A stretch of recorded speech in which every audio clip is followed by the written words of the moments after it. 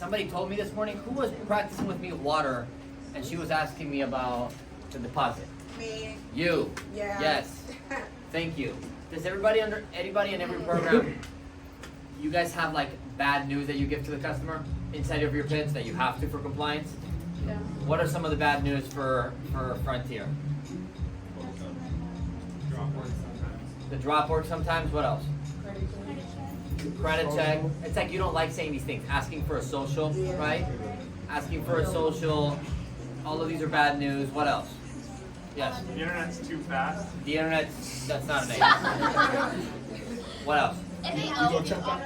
If they owe money. Auto pay because you have to ask for a debit card. So that's like a little. It's like bad news. Again, bad news. Does that make sense? I'm just gonna show you how to deliver bad news to the customer. Also for phones, what would be a bad news on phones? Yes. So they don't qualify for the tablet that they really wanted. They really want the tablet, but you gotta tell them they don't qualify. What is like some compliant sticky point that you really have to tell them? Yes. Basically, the reward letter. I was about to say bad news is just when I ask for documents. A lot of people are skeptical. They're skeptical asking for documents, so that's bad news. Yes. ACP, meaning you gotta switch them? Switch you. As you show up, just switch you up. Okay, for you guys to practice this today, okay? How to give bad news to the customer is people always remember the last thing you say. So all I want you guys to practice is, it's really bad news followed up with good news. Because you gotta say the bad news, you can't skip it. The problem is when you skip it, it delivers compliance problems. When you don't talk about the drop work or you to avoid the auto pay. We had a customer mad because the person that sold Frontier, okay, so they were mad that they couldn't save $10 a month. Because with auto pay you save $10 a month, without auto pay you don't. We got 80% auto pay now, so we're getting a lot better, right? But what you don't want to do is not say it. And like, how many of you guys, be honest, you left the sale there because you didn't want to add stuff and you're scared that they cancel it? Anybody got a sale like that? No? Nobody's honest in here? Nobody didn't do auto pay because they just were afraid. Be honest, okay? It's okay. So the thing is, when you attack bad news, you gotta ask for the debit card, you gotta ask for, on water you have to ask, you have to tell them there's a deposit, a refurbishment fee. You always wanna follow it up with good news. So what's some good news on Frontier that people like? What's something people like to hear? $10 off. What's that? Free router. Free install. What else? Free router. Free router, free install, free equipment. So what I would do is for each of your campaigns, do like a chart here of good news and bad news. And then fill it up. Every time you say one of these, you just gotta follow it up with good news. This is a part of selling. Selling, remember, selling is communicating at a higher level than somebody that doesn't sell. So whenever you get bad news, just get good news with it. Hey, so there's gonna be some drop work needed, which is a little bit annoying for your area. However, you're gonna get $10 off because of that. So the last thing they remember is the $10 off. Hey, we gotta add your auto pay. Hey, do I have to put my debit card here? You have to put your debit card here, but the good news is, it's a system that's totally secure and it gives you $10 off. Does that make sense? Mm-hmm. So you never finish the bad news on the bad news, because then that's all that stays in their brain. I'm telling you, people will only remember the last thing you say.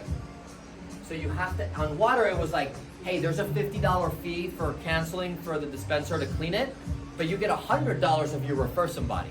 So who would you like to refer today? What's good news for phones? Instead of them, like half of they didn't qualify for a tablet, when I put out some of the bad news, but I'm like, the good news is you don't have to pay 22, you only have to pay 12 for the phone. Hey, you don't qualify for the tablet, but hey, instead of, you actually save $10 because of that, so there's great news that it's only $12, when normally it's 25. Boom. But, and then they'll remember, like, okay, whatever. They always stick with the bad news, so I want you guys to get good at today. What are the things you're scared of saying? Whether it's auto pay, the debit card on Frontier, whether it's the drop work, whether it's, you can follow it up. Hey, it's gonna be a soft credit check. Everyone passes, honestly, on Frontier right now. The good news is you're gonna get a free router, if it's a very big negative that they're really concerned about, give them like 5 pieces of good news. You know what I mean? Hey, do I have to put my social in here? You do it, it's a soft credit check, it won't hurt your credit, you'll pass. that you'll get a free router, free install, the best speed, and I can give you $10 off. Does that make sense? So it depends on how bad the negative is. Give him a 1-to-4 ratio. Mostly with 1 to 1, it'll be fine. But every time there's bad news, what is bad news is whatever you're afraid to say, because you feel like that'll push the sale a little more. You know what I mean? Always have a list of good news. I'll challenge you guys to write it on your tracker today on the side. Just put all the nice things and you use them randomly. Okay? Does that make sense?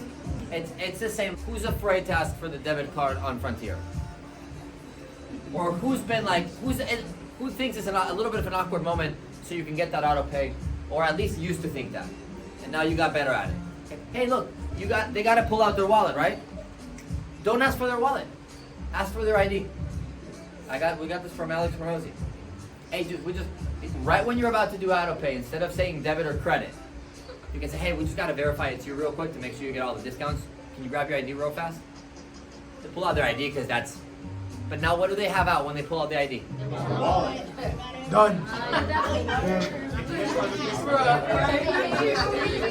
And say, hey, and now, hey, literally, grab the ID and look at it and be like, okay, hey, appreciate it, thanks. For the $10 off, I wouldn't even stop saying auto pay. For the $10 off, we just have to put whatever card on file, so debit or credit. They have their wallet out. They're not going to say, I got to go get into the card. So a good way to ask for money is ask for ID. Because people are super comfortable verifying their identity a lot more than they are giving you a credit card. Except for phones, where they don't even want to verify their identity. It's probably stolen. Just kidding. But you guys know what I mean? Can we practice this? I want you guys, hey, throughout practice pitch, make the person say the uncomfortable stuff. And so what's the install fee? Or what's the drop work? Or here I can't get the speeds. Or my ID, whatever. I don't want to switch to Lifeline or to ACP. And deliver bad news, but follow it up as negative as it is, the more good news you put on top. Does that make sense? This is selling. If you can sell and you can train 5 people to sell, we can move you through the program so you can make 6 figures. It's not about selling the most. It's about learning it and understanding the concept so you can push it to the next, to your team. Cool? You guys think you can use it? Yeah.